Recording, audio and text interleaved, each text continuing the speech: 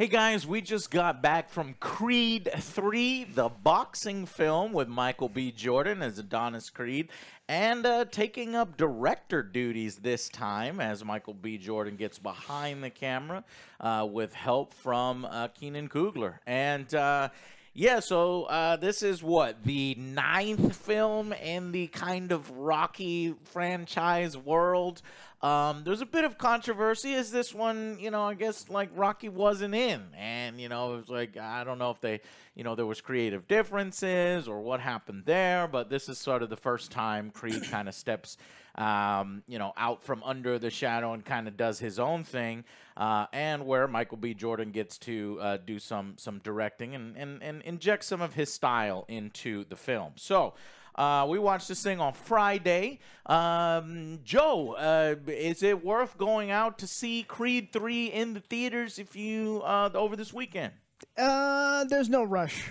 No, this is super by the numbers, super average. But the only thing that I think elevates this movie is the acting by both Michael B. Jordan and Jonathan Majors. Yeah, that's the best part of this film. Jonathan Majors, boy, he's everywhere now. He's scarier than he was in. He's scarier here than he was as Kang in Ant-Man and Quantumania. Yeah, this guy wouldn't have lost a fist fight to Ant-Man. No.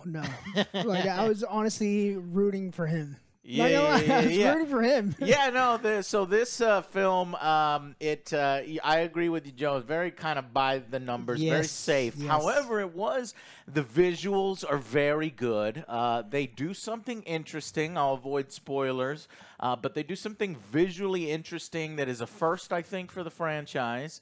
I think I know which one, but I think so. Yeah. And this one kind of deals with some concepts at the beginning that I think were very interesting, but they don't necessarily kind of pay off as or hit as hard as I thought it would. Like there's, obviously let's see, the third one, Rocky by film 3 was facing Clubber Lang. So there was that. I like that one better than this one. I think the fights had more weight to them. And here, it's somewhat predictable by the numbers, crowd-pleasing kind of you know what's going to happen film. And everything. Yeah.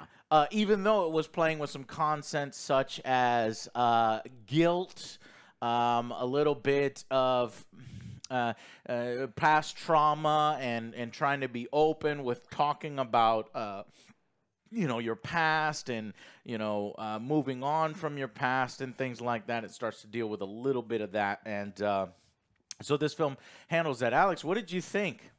I think it was pretty good. I enjoyed it. I'm actually surprised that you did. I think that there's been some trashy movies that come out recently, and I think this is, one that's going to please mass audiences. There's a couple things I completely, totally disagree with, like as far as like filmmaking and storytelling in this one. The bad guy was made to be like a really bad guy, almost like cartoonish level, and it's like I think these movies are really interesting when you can actually root for both characters, which is a Coogler thing, right? That's exactly what we got in Ryan Coogler's Black Panther, and I think that would have been a better choice if they had done that here. They did not do that here. He's a bad guy, and they let you know that he's a bad guy. The montages were too short. I enjoyed them, but they were too short. And for a Rocky movie, I want real long montages. Oh, those montages weren't in. Yeah. I wanted more from the montages, but I mean, I think that this is mass audience. People are going to enjoy this kind of thing. Yeah. I don't think it's great, but I think it was pretty good. Yeah, I think it's entertaining. I think audiences will enjoy it as well. I just think I don't know. I guess I expected it to hit a little bit harder in the emotional moments. Sometimes I kind of was rolling my eyes. I was like, oh, I get what you're doing here. There's some subplot with his daughter wanting to fight. There's a subplot with his mother getting older. There's a subplot with his girlfriend who, was having hearing troubles in the future. By the way, his daughter is deaf in this, so they use sign language, which is really endearing and actually really helps, the emotional attachment in the film. And but one subplot that they completely left kind of in the dust is how his wife is more a producer now than pursuing her own dreams, and they kind of touch on this a little bit, this little raw spot, but then they never really. It's not about her. Creed. Let's do some Creed stuff. And they don't ever really resolve boxing, that. not for music. Yeah, and what if you're gonna bring it up, then at least address it at the end. What happens with that? It's like, nah, fuck her. We're focusing on Creed, yeah, so they do push sort of a villain element, and I think by the end I'm like, well, there's still some unanswered questions, and it's like, I don't know if I kind of am rolling with these punches.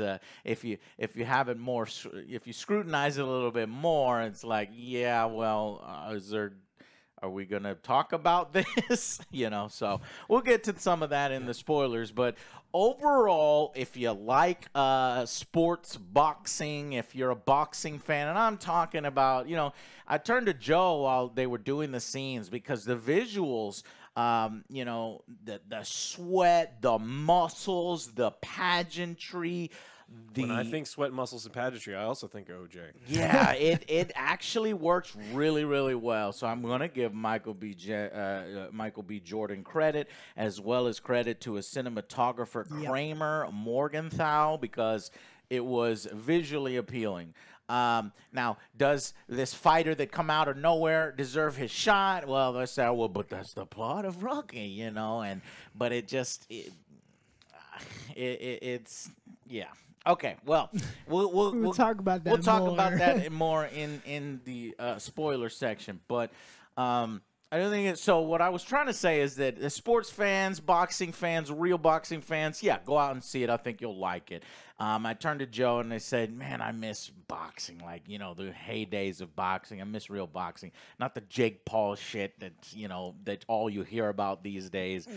I miss, like, the olden days. Remember Knockout Kings, Joe? Even in the Rocky movies, there's no defense. Rocky just like, yeah. There's some defense here, They make it a little more realistic. In fact, let's see. Jonathan Major's character has a unique way to block things. He does you don't ever really see that happen a lot in boxing because it's going to take way more effort than your Dame normal. Anderson. Right.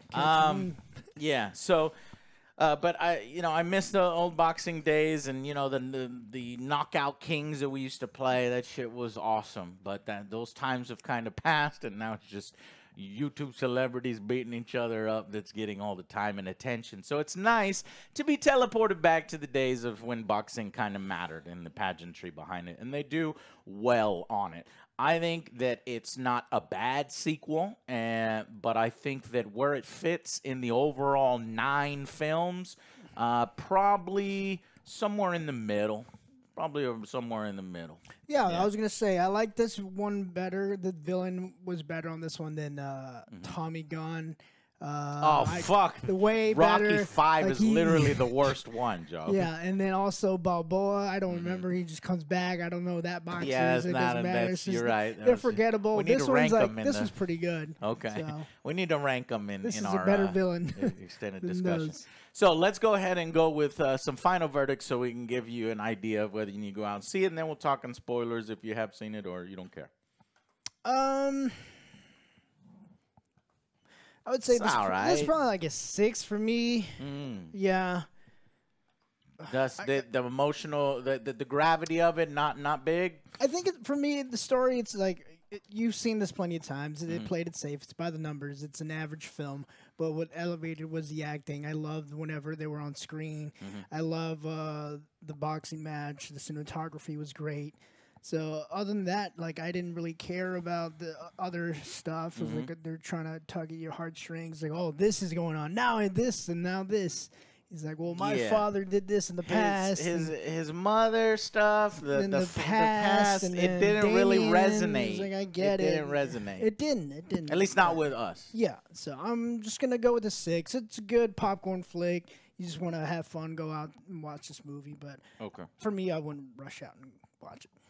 I'm gonna give this one a 7. I think I'm taking away points because I think that they did the villain character dirty, and I think that this is They try to do too much stuff, right? There's too many storylines that do nothing. The villain is cartoonishly bad, when I think that there was a point in the movie where you don't know who to root for, and it's really interesting, and they completely abandon it by turning the villain into like a really bad guy for no fucking reason. Like, stop. That's what I was saying. The beginning is interesting. The setup is good. Then they go by the numbers. Yeah, I think there was a couple moments that I think really did work for me at the end. There is some really great emotion when you just have Michael B. Jordan, you just have Jonathan Majors sitting together and talking together.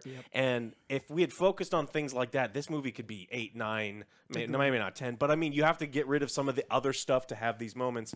So I think it's enjoyable. I think mass audiences like it, and I think it's pretty good. Yes, I think it's a 7 out of 10.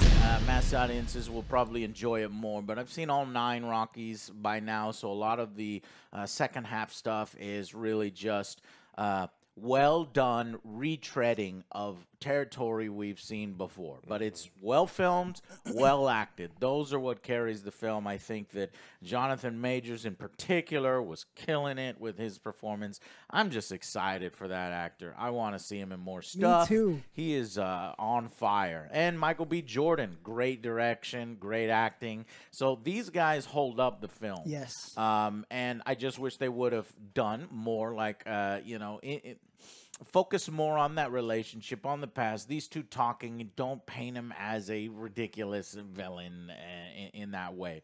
It kind of, what do you call it? It does a disservice to the material that you're talking about. Past trauma, trying to move on from guilt. Like, you legitimately may have done something fucked up. Does that make you a bad person? Does it make you weak? And when you're trying to get back on top, and these things just needed to be tied together a little bit better and a little bit stronger, but it kind of just devolves into the HBO Showtime. Let's just punch each other, and then at the end we'll be like, okay, yeah, so we'll talk about that. So I am also going with a 7 out of 10. Yeah, so I mean, if you got nothing better to do, you can go out and see this one. But I would probably wait and wait till it comes out on VOD, so you can watch it at home or on Netflix. But it wasn't bad. It wasn't bad. Let's go into the spoiler discussion now.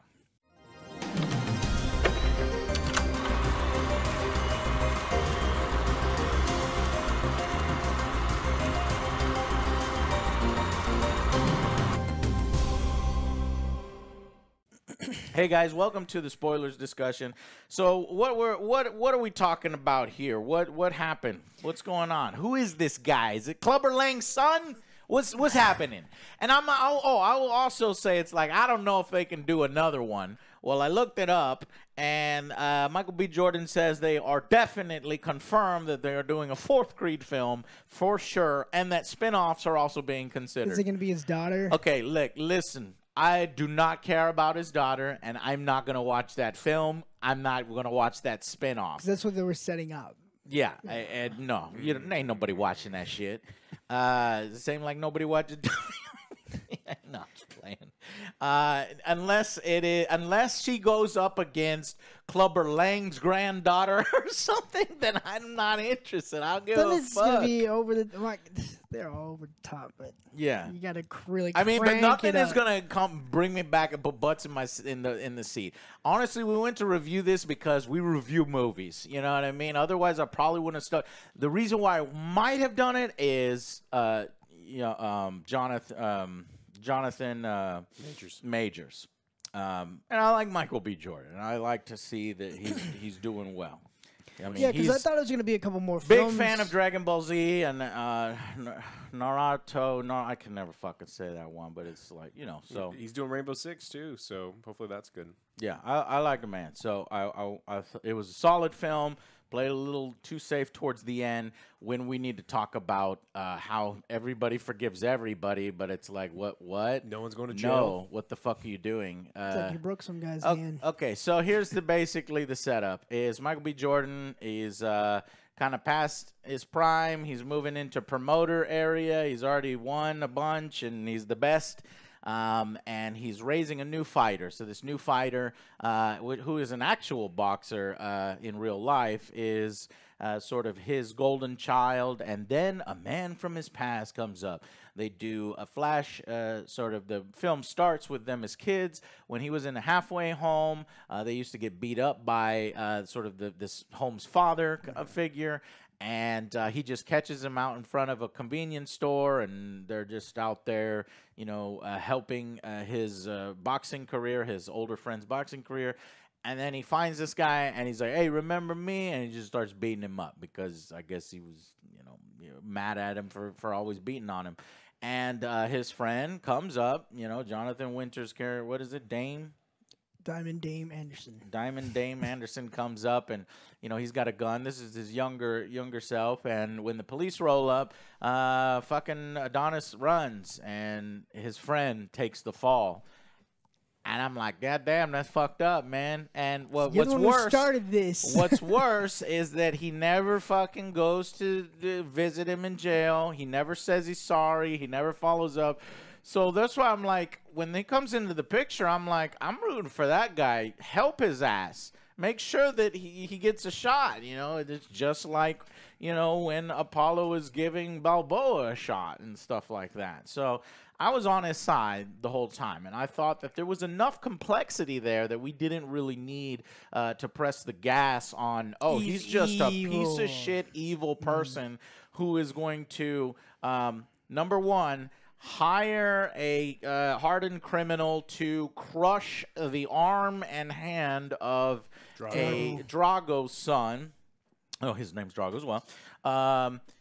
And then, you know, basically sneak his way in there, and then in all of his boxing matches, he's fucking basically cheating a lot. Super dirty. Yeah. Fighting super dirty. If it came to the scorecard, he'd fucking lose, but he goes for a knockout, and you know, with that power, he's able to knock out Creed's fighter, Luis Felix, right? And so takes the champion, and he does it in a dirty way. And then he talks shit nonstop for months and months and months. He's on TV. He's all these other things. Well, first he goes to visit him right away. And, after the fight, yeah. And what happens there? He's got a big party on the beach. Adonis shows up, and then he's just like, "Man, I don't need you. I did all this without you. You didn't give and then he punches him in the face.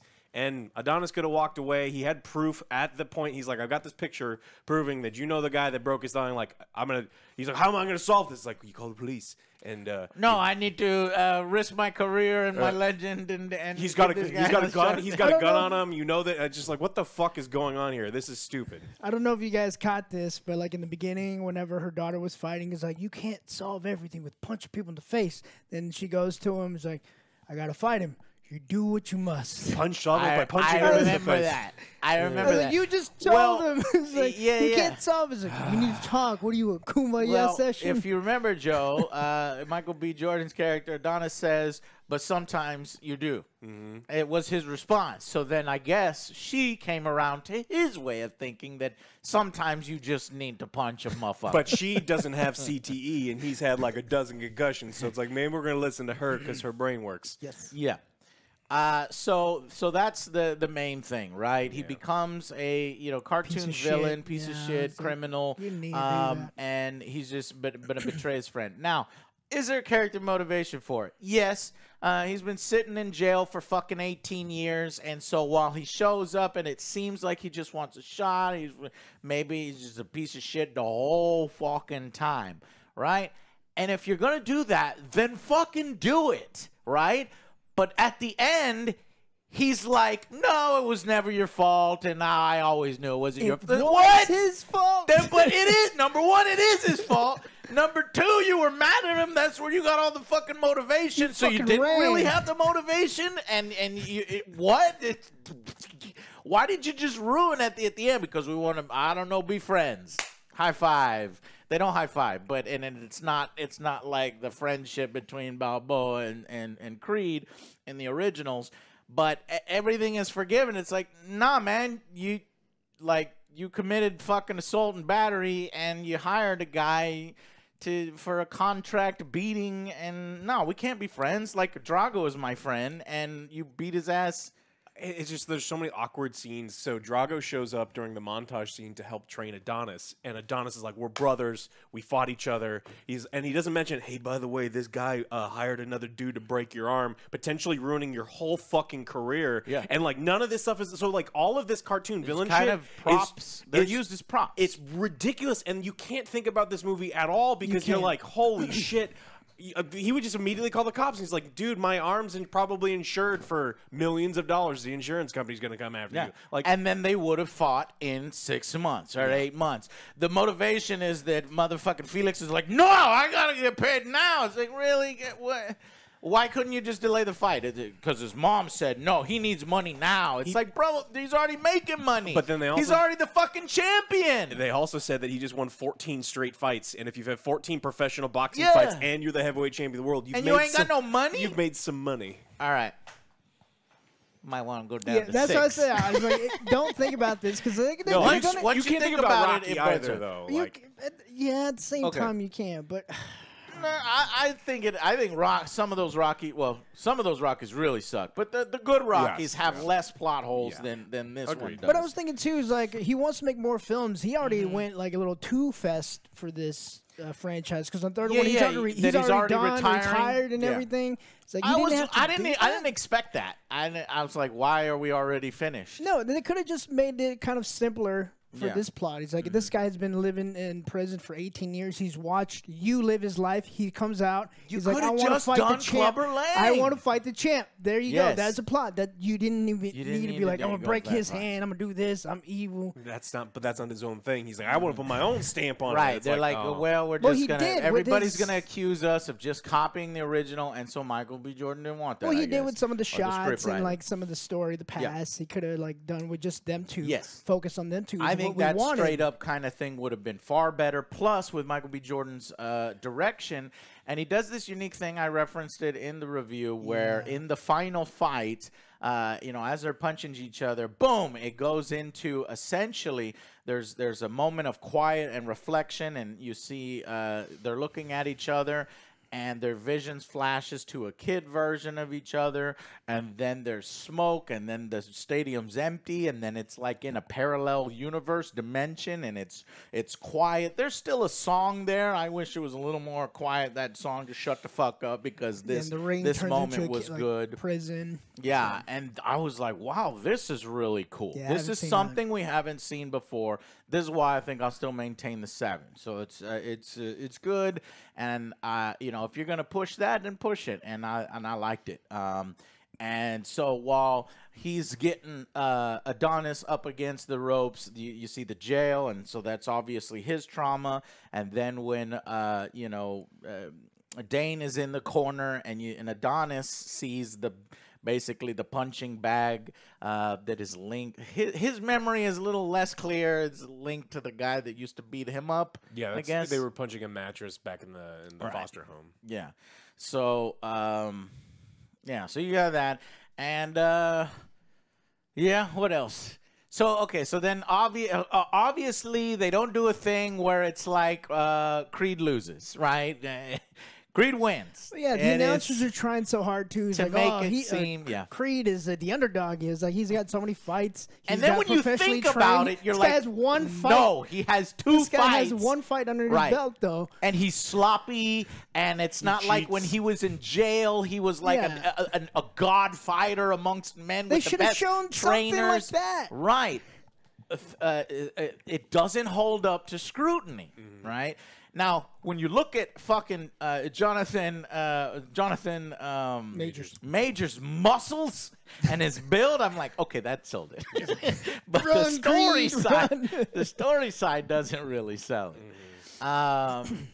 So and then obviously wins, and then in a quiet moment of reflection, he goes to his locker room, and he sits right by him, and I was like.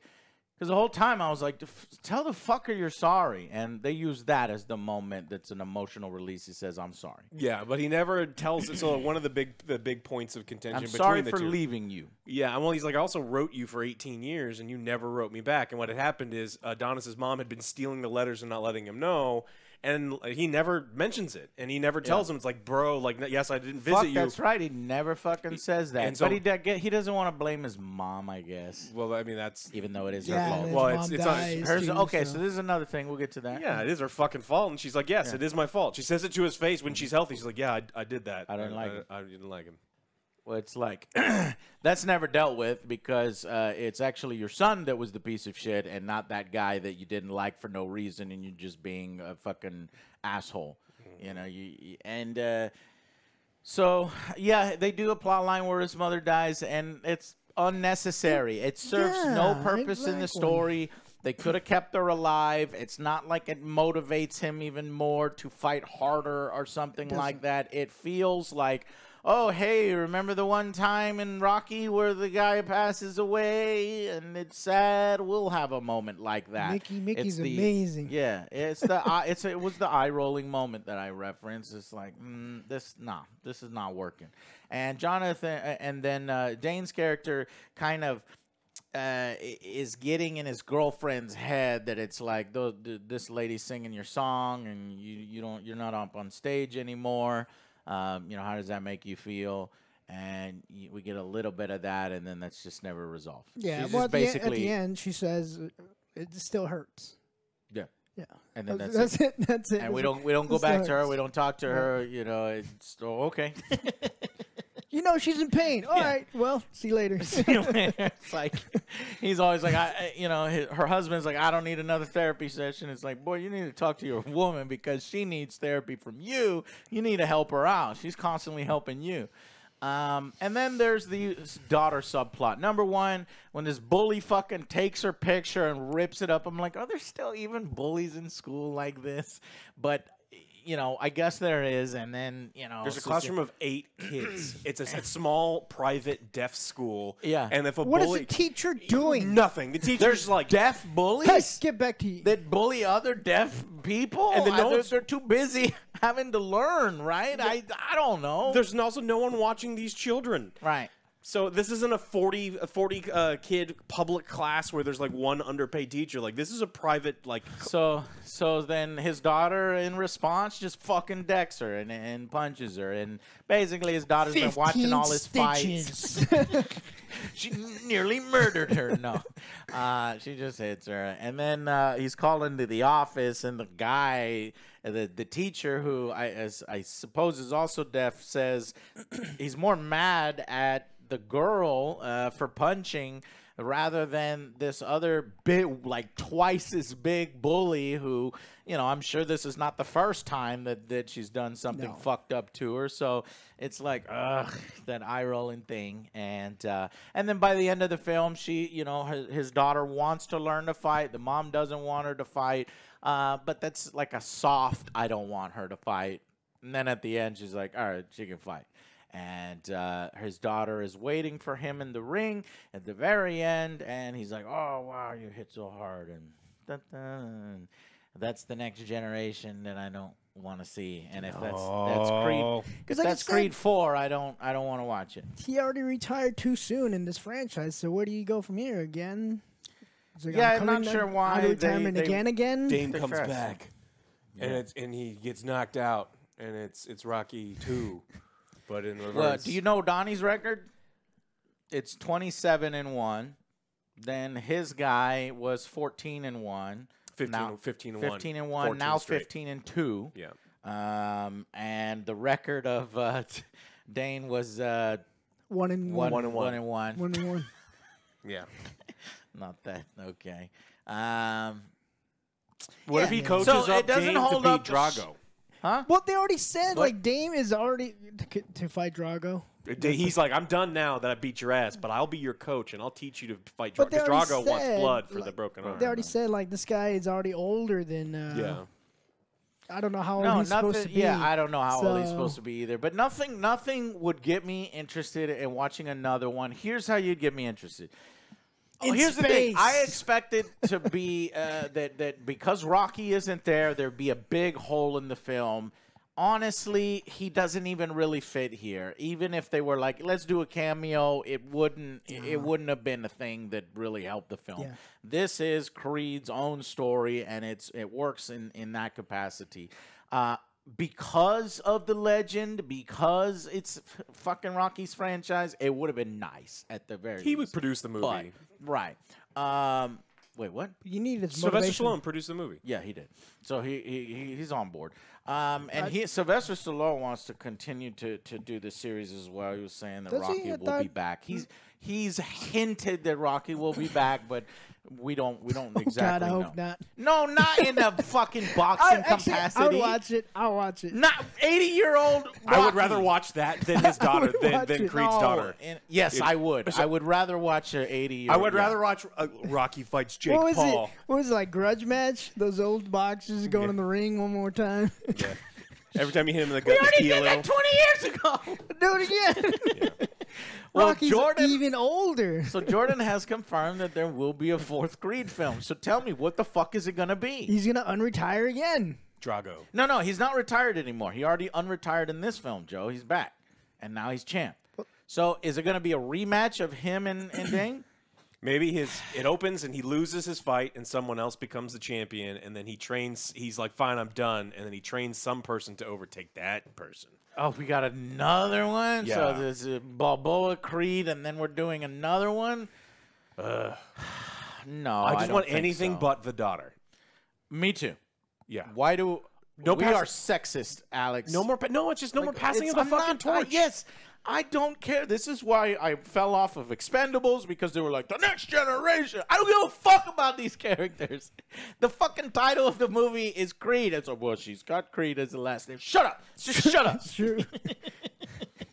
Yeah, no, I'm really trying to think about it. I want so bring Rocky back as a trainer, okay? As a trainer, Creed can fight again, and I guess you would have to talk a little bit more with Dame so that we can have him apologize for, I don't know, his criminal activity and crushing Drago's hands and stuff and all this other stuff, so that they could be friends, so it can be like They're already Apollo friends and- now.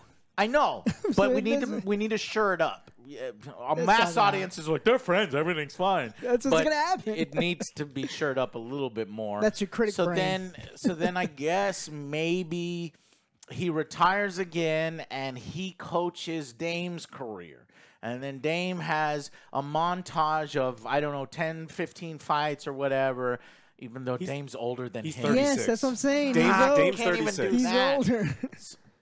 I don't know what's happening. We bring Clubberling. That's what I'm great. saying. I already mentioned that. Yeah. I was like, the only That was the time I'll best come one. back is Clubber Lang's granddaughter, Hey, woman. son. We'll be with the real But men. what I know it's gonna be the daughter, and then the daughter is gonna fight the Street fight. granddaughter of Clubber. No, that's Rocky 5. Yeah, they're You gonna don't redo want Rocky 5 now. It's gonna be even worse. But Duke has to die. that. Tommy Gunn's son shows up. Yeah. Who? But they have to kill Duke. That's how you get Rocky back. That's true. That's the only way. Huh? You have to kill Duke, the trainer, like his actual trainer, his yeah. partner trainer guy. So someone kills Duke, and he's like, I don't have anyone in my corner. Bro, I have no fucking clue what they're gonna do for this fourth one. It's racking my brain now. But anyway, one other thing we forgot to talk about, fucking First Take guy. Oh, Stephen A. Smith. That was ridiculous, man. Because the way they get these two to fight, he's like comes on the show and then he takes a phone call from the other guy. Again, the sort of They must have filmed his over-the-top parts a couple villain. years ago because Stephen A. Smith right now doesn't make any goddamn sense. So it's like a They're car- like, stick Oh to yeah, the is script, this not Steven. popular anymore? well, or no, because something? his whole thing has turned into like he just yells ridiculous shit, and it's like you have no point. Please stop talking. Like I have a show now. Yeah, Whatever. so Amara is his daughter, Yeah. and I guess Yeah. that's the direction we're going. But I figured. I don't know. They were laying it on thick. Wow, They laid it on surprising. thick throughout the whole thing because she's fighting and then she's practicing and she's watching. She's like, I watch all your videos. Learn by She's like, watching "Learn." you. So Well, it'll be funny. She just turns out to be just a shitty boxer, and there's nothing he could do to make her. Well, she's gonna have anything. boxing gloves on. it We'll be able to happens. communicate. It happens. happens. It happens. There you go.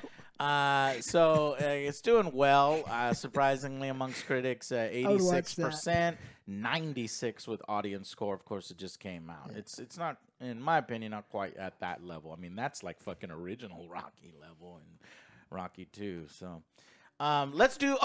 So I'm getting there. I was gonna rank the Rocky. Oh films. shit! I don't. Okay, I don't so hold on. I will help y'all. So let's do this.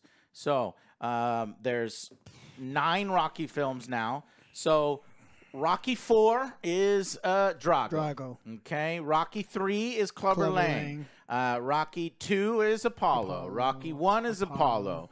Then you had Rocky 5. We could put that at the bottom. So Rocky 5 is 9. And then Rocky Balboa is probably 8. Bottom. I would say bottom.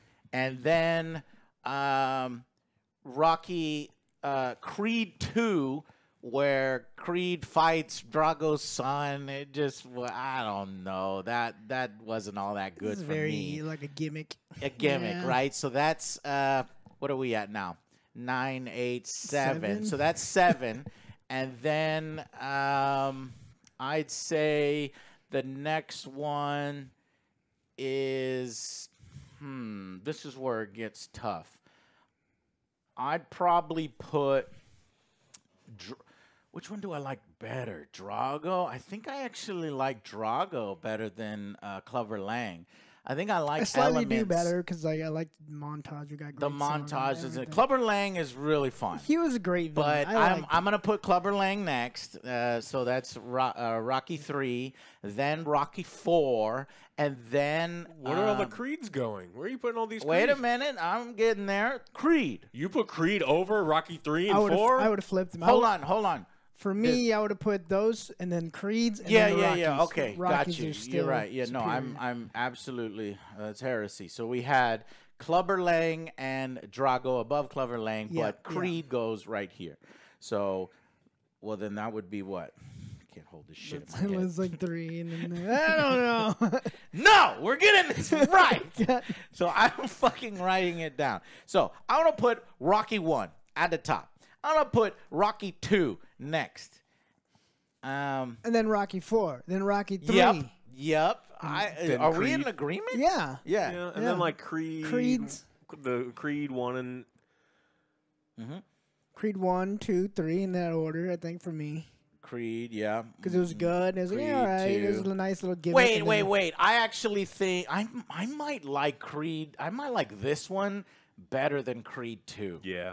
I might like this one better than Creed 2. Now, I hope it's not recency bias, but I think I like this one better than Creed 2. I can see because the Drago, that one was weak. Yeah, I could see that. That villain was weak. This villain a little better. Okay. It's interchangeable. So I've got them now. Here they are, Rocky Balboa, but just because we don't even remember what the fuck happened in it. I remember. You do remember what happened. Yes, the box, they were playing a video game. He was like, no, this guy's the best. All right. He's like, all right, we'll go pound for pound. Let's bring him out of retirement. The guy's 60-year-old, and he doesn't win, but he's just like last road. He's like, yeah, respect. he makes to the end, and I respect you for... So it's basically like Rocky 2 or Rocky 1, actually. Okay, so here's how's it goes. It goes Rocky 2, Rocky 4, Rocky 3, Creed 3, Creed 2, Rocky Balboa, and Rocky 5. Okay. We did it for you guys. Let us know if you disagree with that order. Put your order down below. And then I guarantee you, if they do a Creed 4, if it's the daughter, it can't be worse than Tommy. If it's the daughter, then it's going to be worse than Tommy. I think I'd rather watch the Tommy gun than the daughter. No, that one is so bad that just the production value, and if Michael B. Jordan directed again with Coogler's help, it will probably be at least the pageantry alone will probably be enough. Look, it can work. $1 Million Baby was great, but like I just don't give a fuck about this character at all, and it just doesn't fit the franchise. They're gonna have to really make us fucking care, and I don't think it can be done. But anyways, that's it, guys. Thank y'all so much for watching. That's our opinion on it, and we will see you guys on the next Angry Joe show. Bye, guys.